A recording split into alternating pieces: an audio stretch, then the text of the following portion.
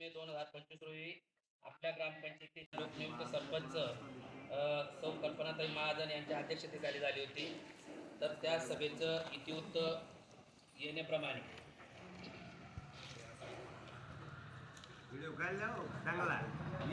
मागील सभेचे इतिवृत्त वाचन कायम करणे सदरचा विषय चर्चेला घेतला असता ग्रामपंचायत अधिकारी यांनी मागील सभेचे भाऊ थोडं शांतता काय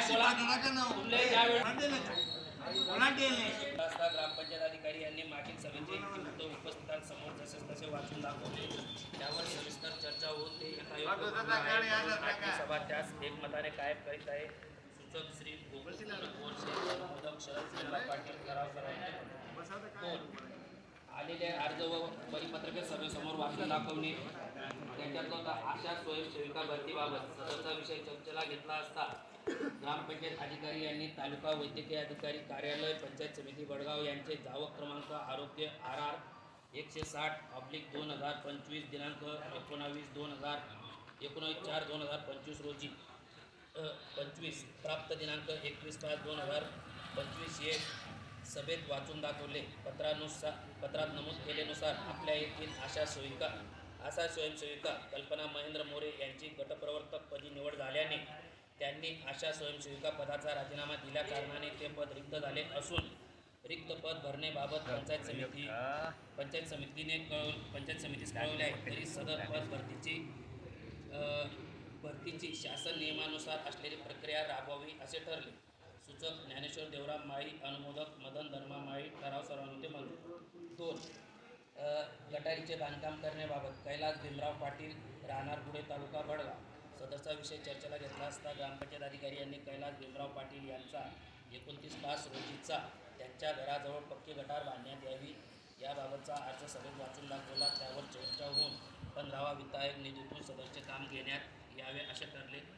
सूचक भावराव अर्जुन माळी, अनुमोदक निंबा पंडित महाजन. ठराव सर्वानुमते मंजूर. 3रा विषय नानाजी देशमुख कृषी संजीवनी प्रकल्पाअंतर्गत ग्राम कृषी विकास समितीने निवड केलेल्या कामांना मंजुरी देणे. सदरचा विषय चर्चेला घेतला असता ग्रामपंचायत अधिकारी यांनी स्थानिक दिनांक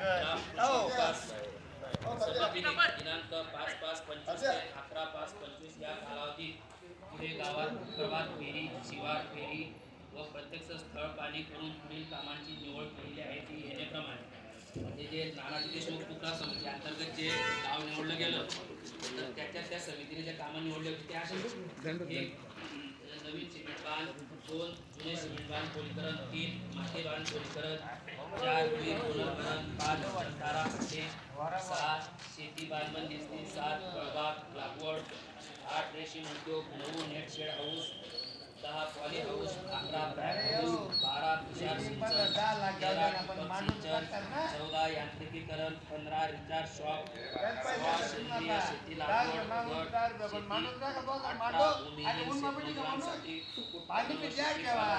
19 शेतीसाठी PVC पाईप, 21 शेतीसाठी ATP PVC पाईप, 22 शेतफळे, 23 मधुमक्षी पालन, 24 गांडूळ खत युनिट, 25 नायडेप, 26 कृषी अवजार बँक, 27 गोदाम उभारणी, 28 एकात्मिक